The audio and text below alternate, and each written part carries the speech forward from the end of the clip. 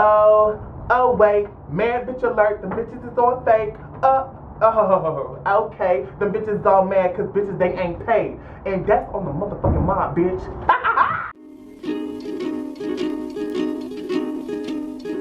Tiptoe through the window, all the windows of the world become tiptoe through the tulips with me.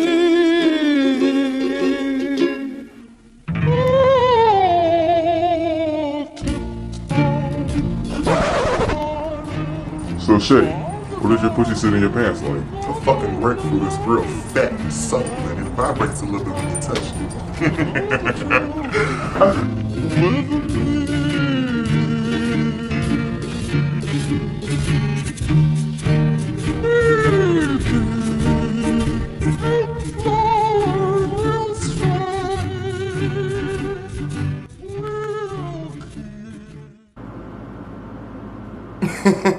What's motherfucking poppin'? I'm back to start with another motherfucking YouTube video. 1, 2, I'm coming for you. 3, 4, better lock your door. 5, 6, I wanna suck some dick. 7, 8, bitch, better not hate. 9, 10, I'ma get it for the win. 11, 12, I get mad hoes still. 13, 14, bitch better run, cause bitches don't want it when I grab my gun. Okay, no. Hello. As you can tell by the title, I am bringing y'all a new segment on my channel. As an influencer and as an entertainer in general in any field that you do, as you grow, you have to reinvent yourself and branch out and do new things. I don't know about y'all, but I'm a lot more than a storyteller and just a silly person. Hopefully this segment on my channel, y'all find out just how weird I am and y'all just learn a lot about me. This is my first, hopefully weekly video, because I'm gonna try to do this on time. Conspiracy Theory Thursdays. I have a lot of people out there that love conspiracy theories and either unsolved murders or just creepy videos on the internet. Although this video is not technically about a conspiracy theory, this segment, this new type of video that I'm doing on my channel will just be covering all types of creepy, weird, unsolved, kind of, you know, make the hair stand up on your skin, goosebumps, you know, type of videos. And what I would love for y'all to do whenever I branch out and try to do a new segment on my channel, I love to get feedback from y'all. I talked about doing this on live and everybody was excited. Y'all heard that creepy ass intro? Child, that was just to set the mood. So y'all, I have to be real with y'all, like something just happened.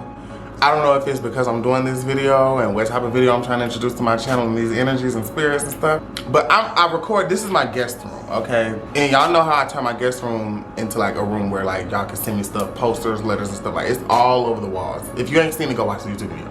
And it's these two posters. It was like a Nicki poster and somebody painted a picture of me that have been sitting up in my room for months. Like since I hung him, but they never fail, never nothing. Last night I was doing research on this man, watching documentaries about him, woo. And I'm assuming one of the posters had failed, but I had to, you know, fell asleep watching a documentary or something. I didn't notice it until I came in here today to film this video. And it's on the floor currently. I haven't touched it, ain't picked it up because I'm like, fuck it, I'ma just do it when I get done recording.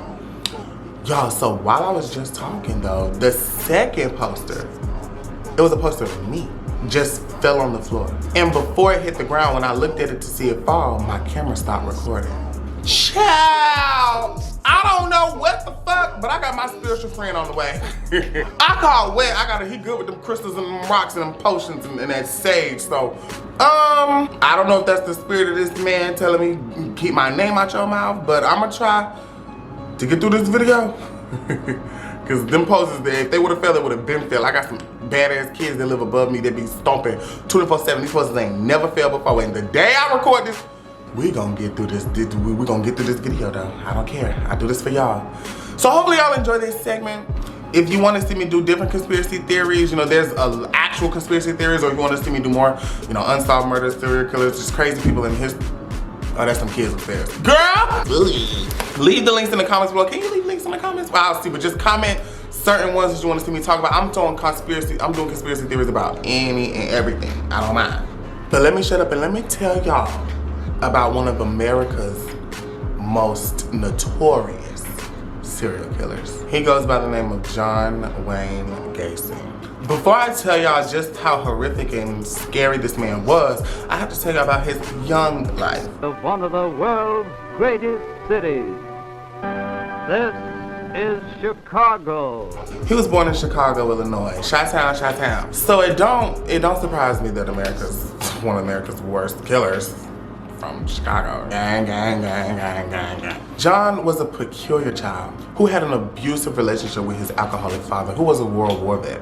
John suffered mental abuse and physical abuse. His father was known to call him stupid and dumb, you never amount to anything, just basically belittle the boy because he didn't have the best social skills. John was an introvert. He wasn't the most popular cool kid with all the girlfriends. He was overweight, couldn't play sports because of a heart condition that he had. I think between the ages of 14 and 18, he suffered a lot of blackouts and couldn't recollect almost an entire year of his life between the ages of 14 and 18. So he had a very messed up childhood. Childhood friends were known to say that his dad would just beat the shit out of him for no apparent reason. And what you do to children can have a very permanent and lifelong effect on them. Growing up mentally abused, physically abused, antisocial, introverted, and unpopular, a lot of this took a toll on his academics and he actually didn't graduate from high school. But somehow, back in the day, for white fucking people, you can just manage to still get into college without graduating from high school. And he went to the Northwestern Business College. He received the necessary training to land a good job that ended up relocating him from where he was to a place called Springfield, Illinois, where he would then meet his first wife, Madeline Myers. And it's just crazy because like her last name is Myers. It's just a whole lot. Now, this is his first wife, but you know, Gacy, he was, what I like to call him, he was some old 60s trade. But it stemmed from childhood abuse because a childhood family friend of Gacy's, I think father and mother, by the time he landed this job and found his second wife, he had experienced his second homosexual encounter with another male. A colleague of his invited him for some drinks. They got drunk, black, black, black, boom, boom, boom. Next thing you know, Gacy getting that top. They kept it on the low, but I think Gacy found out, you know, who he was for his pride. Sexually assaulted Gacy and performed very explicit sexual acts on the young boy that also would have a very profound effect on his future and his victims and his MO. After working in Springfield for some time, him and his wife had relocated because they had got a job offer in Waterloo, Iowa. Now, Gacy was your socialite. He was your stand-up guy in the community. He had, surprisingly, through everything that he dealt with in his childhood, he was very likable in the community. Wherever he went, he would be able to speak, become cool with people. Every job occupation that he had, he ran it up, acquiring positions that held a lot of power and influence. Also just all around just becoming a trusted person in whatever community he decided to live in. However, Gacy had a sick sexual attraction to young boys. It's not confirmed that he was doing this when he was living in Springfield, but when he moved to Waterloo, Iowa, baby, yeah, that status can protect you from this situation.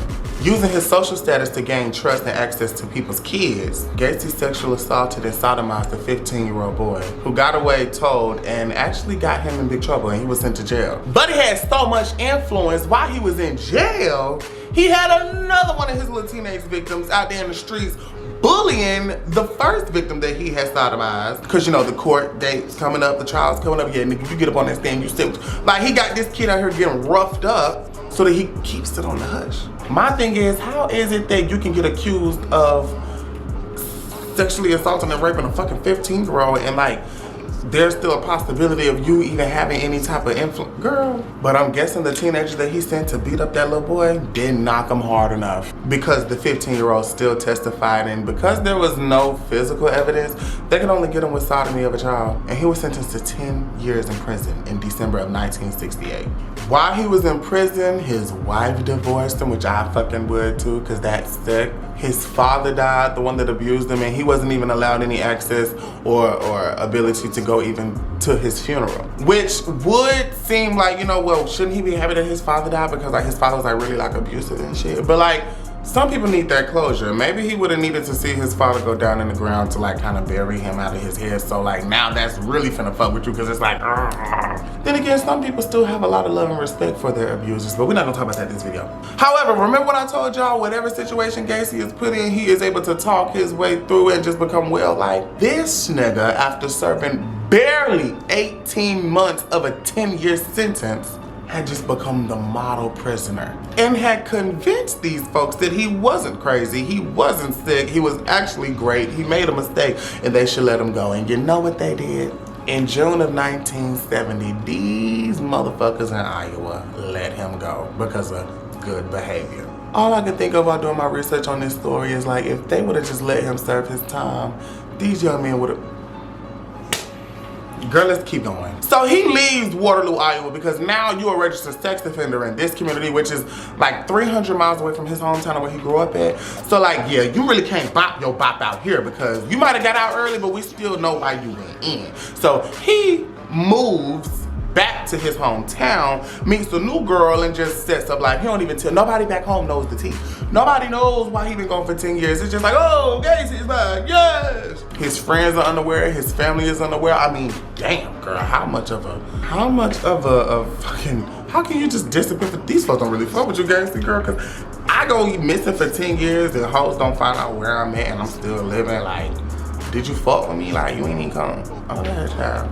In June of 1972, after being out back for like 2 years, this man is living back his life. He's getting accustomed back into regular life. Nobody knows in his new community now where he lives. Mind you, this address, 8213 Somerdale Avenue. This address will become one of the most notorious and infamous addresses in America because this is some sick ass shit that went on. To stay under the radar and go without having his background checked for people to find out what his old life was, Gacy did a lot of jobs that did not require background checks. He actually started a lot of his own businesses. I mean, if you start your own business, ain't no business doing background checks on you because you ain't gonna do a background check on yourself. He did a lot of jobs that just did not require you to know a lot about the person other than I'm a good worker, I got a good smile, and I got a good hard work ethic. I'm assuming this is all a part of his plan to stay low key after relocating back to Springfield from his situation because, you know, that stuff pops up on a record when you go to apply to certain jobs and they see that they don't want no sex offender working for their company.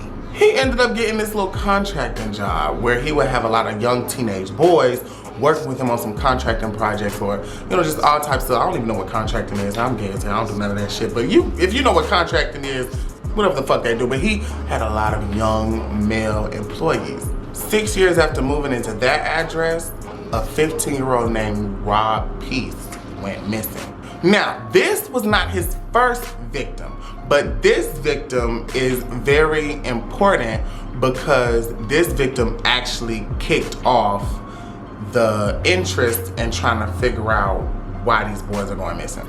This boy was the kickoff to an investigation on John Gacy. All this time before this young man, nobody's checking. He's, like I said, great guy in the community, stand up, how you doing, Bob? How's the wife and kids? You know, yeah, that's him. And the reason why Gacy was able to stay under the radar and not even be a person of interest in any missing boys cases up until this point was that the boys that he would target were homeless boys, boys that had broken families or no families at all that wouldn't be missed if they did go missing. But he fucked up with this nigga Rob. Because Rob was a stand-up kid. Rob wasn't bad. He wasn't known for arguing with his parents. He didn't do drugs. He didn't have girlfriend problems. He worked at a local pharmacy store. Good ass little pretty white American boy.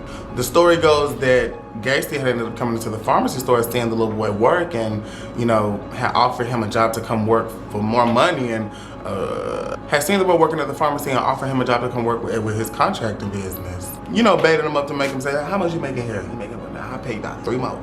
Being a young 15-year-old boy, like, hell yeah, more money, let's get it. Rob had went home that day and informed his family about, you know, potentially working with a new contractor guy, told a couple friends about it, and they was like, you know what, fuck it, do it. Came back to work, Gacy came back, seen the boy, asked him, hey, you serious? You told your folks about it? He was like, yeah. Rob follows Gacy out the back door and is never seen again. Because Peace did not have a history of running away from home or any bad behavior in that matter, this stood out to his mother, and she like probably any other mother would, was not gonna let this go. This is not just another missing teen. He didn't run away. He's not going through nothing. He's pretty much happy. Ask all his friends, ask his teachers at school. We need to get to the bottom of this. She tells law enforcement, well, he did come home telling me that, you know, he was gonna work with some contractor, and that's the last I heard, and now he's missing. So they do some digging into who the local contractor is that may be hiring underage boys. And who the hell is it? Mr. John Gacy. Something fucking happened with his old bitch. He got divorced with her, but he got this successful business. And so it's kind of known in the community that this older guy works with these younger boys, and it ain't that many different contractors that's bopping about this community. We finna look into this dude. So they go and they find Gacy. They ask him, hey, can you come in? You know, can you talk to us about doo-doo-doo? Gacy comes up with some elaborate story like, oh, I can't come in for questioning right now because my uncle just died, but you know, I'm gonna come in when I can. They continue to ask him questions. Gacy gets a little upset, like, damn, y'all ain't got no respect for the dead. Ain't that the pot calling the kettle black? No respect for the dead, you killing little boys? Gacy agrees to come in for questioning. After they questioned him earlier that evening, he doesn't come in for questioning until about 3:30 in the morning, covered in mud. His excuse? He got into a car accident. You know what fucking car accident you got? You flew through the fucking windshield and landed in some dirt, but hey. I would have thought as an investigator that that would be kind of creepy, how kid go missing, we ask you to come in, you can't come in until 3 a.m. and then you covered in mud when you come in. You ain't even think to take a shower before you come in. Girl, these folk crazy for. Well, he comes in for questioning, you know, they talk to him, they ask what they ask, and then he leaves. They do some background on him and they find out about that shit that happened in Waterloo with the 15-year-old where he served him 18 months when he was supposed to serve 10 years. This is enough to get their interest, and now he is set to be under surveillance by 2 officers because, hold on, this little boy just went missing out here. You got in trouble 300 miles away in Iowa, and we finna look into you. Because they discovered his background in Iowa, now they have a probable cause to get a warrant. They get a warrant to search his home, and child, they go through that house and they find all types of porn. They find all types of little boy books. I think it was even a book in there titled Pretty Boys Must Die. They find driver's licenses of various teenage boys. They even find a high school football ring of some boy. And these kids are all missing. In my mind, this is enough to get this nigga. Like, what are you doing with umpteen driver's licenses of little boys that none of us know where they are? You got all this motherfucking pornography. They didn't specify whether or not it was child or not, but I can assume it was gay. You got a high school football ring that ain't yours. Nigga, you didn't even play sports in football. Remember, you was antisocial, didn't have no friends, didn't do no sports. You had a heart condition, so you couldn't even play sports. So what the hell you doing with a high school? But because they had no proof, no bodies, all they could do was put them on surveillance and watch them. See if they can catch them in the act. The law is really broken. Y'all are not gonna tell me, okay, let this been a black man. Okay, all right. Knowing that he's under surveillance, oh, Gacy is a cocky motherfucker.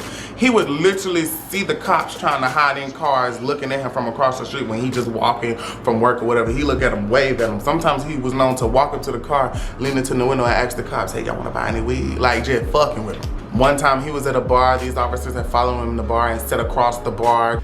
We're gonna go in right along with Gacy, but we'll sit at a different table. All of a sudden, the waitress comes over with a couple of beers and places the beers in front of us and says it's on that gentleman over there.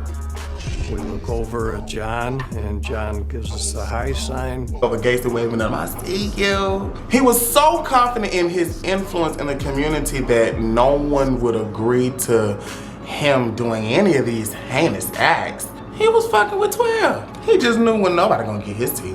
Community loves him so much that he even picks up a job as a clown and entertains kids and parties on the weekends. It seemed like they wasn't gonna pick up anything on him. He had a regular life, nothing out the ordinary, until they interviewed one of the boys that had worked with him, and one of the boys had told them about a crawl space underneath his house that he would make the young boys dig out themselves because he had sewage issues and he would want them to go down there and fix it. He was too big to do it. Missing kids, trenches under your house, in a crawl space.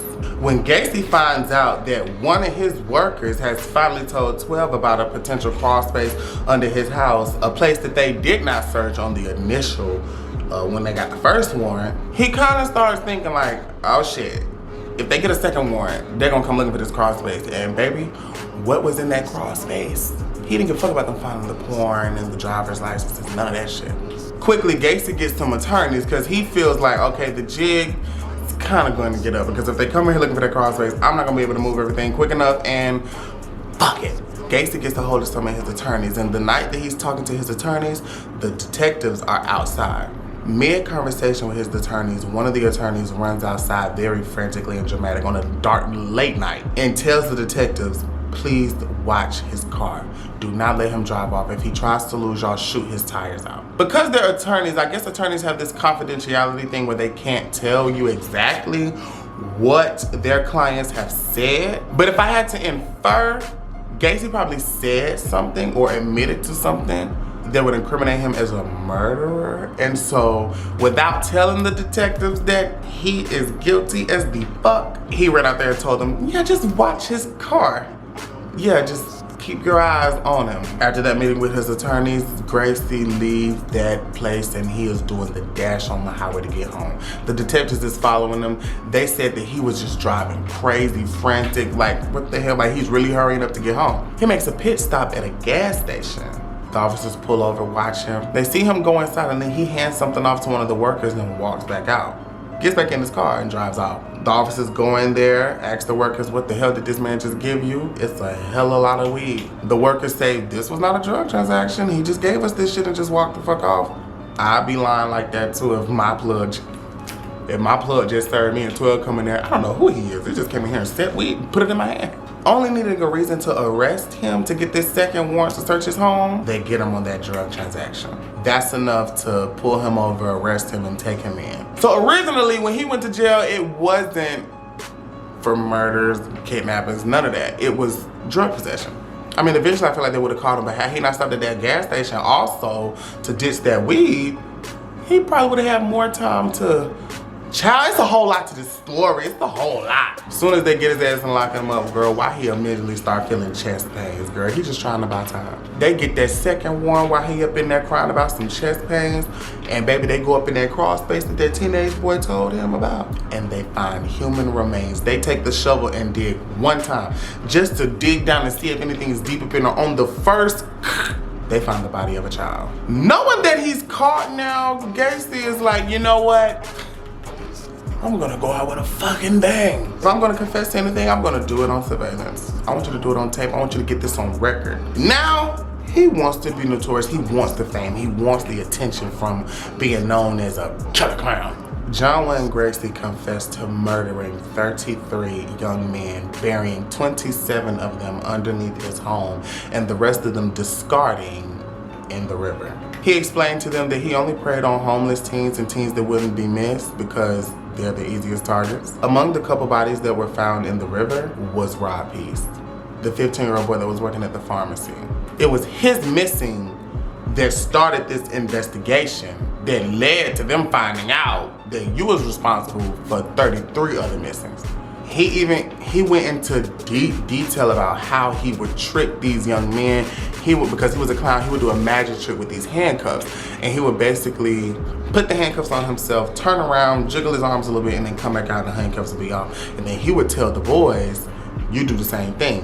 The boys, after he got them in his space or whatever, his house, he would tell the boys to put the handcuffs on and see if they can get them off. The boys would struggle, of course, because they can't get them off. And then he would tell them, you know why you can't get them off? Because you don't have the key. He would then use chloroform to knock them out or drug them, get them drunk. And that's when the sexual assault, the raping, the torture would happen. He was known to take these strings and tie them around a stick and like kind of have the stick as a wheel that would turn their arms behind their backs and twist their limbs and snap their arms. He was very sick. He said sometimes he would kill 3 of them at once. He would have 3 boys sitting in a circle and he would literally have the other 2 watch him twist and just snap the limbs of one of them in front of the other ones. And do you know how motherfucking terrifying it is to know that this is gonna happen to you next? Like, this is how I'm about to go. When they find these bodies under his house, baby, Cook County, Illinois pushes hard. Gacy's defense team tried to plead that he was insanity, but baby, you know exactly what the fuck he was doing. 13th of March, 1980, he was found guilty. He was sentenced to death and placed on death row for 14 years. In 1994, he was to be executed by lethal injection. While he was on death row, he appealed. You know, you can try to appeal until he felt like, hey, reconsider killing me. He had appealed so much, he had maxed out on his amount of appeals allotted by the government. Like, he kept saying, can y'all check again if y'all really want to take me out? And they was like, yeah, we still do. He did it so much that he didn't have no more to do. So he said, fuck it. While he was in prison, knowing that his years are winding up, he took up painting. He sold art. He was a terrible fucking painter, but he gained national fame for this, which is kind of sick because why would you want to be famous for this? But there's a lot of sick people out here that love serial killer art. It's actually a legitimate business. And he sold a lot of pieces so that after he's gone, a piece of him is still here, you know. He still wanted a legacy. Like, this man really got infamous for this sick ass shit, but it was just such a gag to his community because it's like he didn't give you very much kill. He didn't give you sick pedophile. He gave you local mentor to young men, great outstanding entrepreneur, business owner, great fat white guy. Trying to appeal for years and years and years, you know, his defense team kind of realized that no court is going to overturn this death penalty because which court in the land, after a case gets this big, wants to be known as the case that let someone that took the lives of 33 young men be convicted and sentenced to death and then take the death back and just let him live. And no court wants to be known as the court to do that because, bitch, then they gonna come down on your head like, let him die. You know, the whole country was like, girl, let him, no, we want this man to die. As a last ditch effort to try to get out of this bullshit, girl, why Gacy got up in there and told them folks, you know, I ain't never killed nobody. Mind you, when he first got caught, he was admitting to how he did it, who he did it with, you know, the tactics and stuff like that, girl. He trying to tell you, folks, you know, I ain't never did shit. I was lying. I was lying the whole time. They wasn't going for it, baby. On the 10th of May, 1994, John Wayne Gacy died due to lethal injection. While he was dying, there were thousands of people outside screaming, kill him, kill him, kill him. Every person that's sentenced to death is asked their last words, and John Wayne Gacy's last words were, kissed my ass. Nigga really didn't have no remorse. You would think his last words would be, I'm sorry, I didn't mean to, please forgive me. This nigga said kiss my ass and just lights out. This man was sick. He was just all around terrible, like, no. John Wayne Gacy's story would go down in American history as one of the most horrific cases of a serial killer in the United States in modern times. This story goes to show that it be the ones that you least expect. Child, the researching this shit, I don't put shit past no motherfucking body, girl. I'm looking at preachers, teachers, professors, doctors. I believe all these niggas out here doing some crazy shit. But that about wraps up this video. Hopefully you were informed and kind of spooked out. I'm not gonna try to make all of my videos this sad and dark. Next week's video is probably gonna be an actual conspiracy theory, cause child, when them posters failed, I'm still trying to process that shit. I don't like playing with these spirits, honey. But remember to like, comment, share, tell your brother, tell your sister, tell your cousin about me. Know you live for this. And like I said in the comments, let me know what conspiracy theories, what topics you want to see me talk about is on this new segment on my channel. We're going to get creepy, we're going to get dark, I'm going to get your minds thinking, we're going to tackle a lot. Remember to love yourself and be yourself unapologetically. And remember, if you kill yourself like royalty, these hoes got to respect you. But until next time, kill the clown. By surprise, He did the mask, he did the monster mash. the monster mask. It was a graveyard He smash. did the mask. It caught on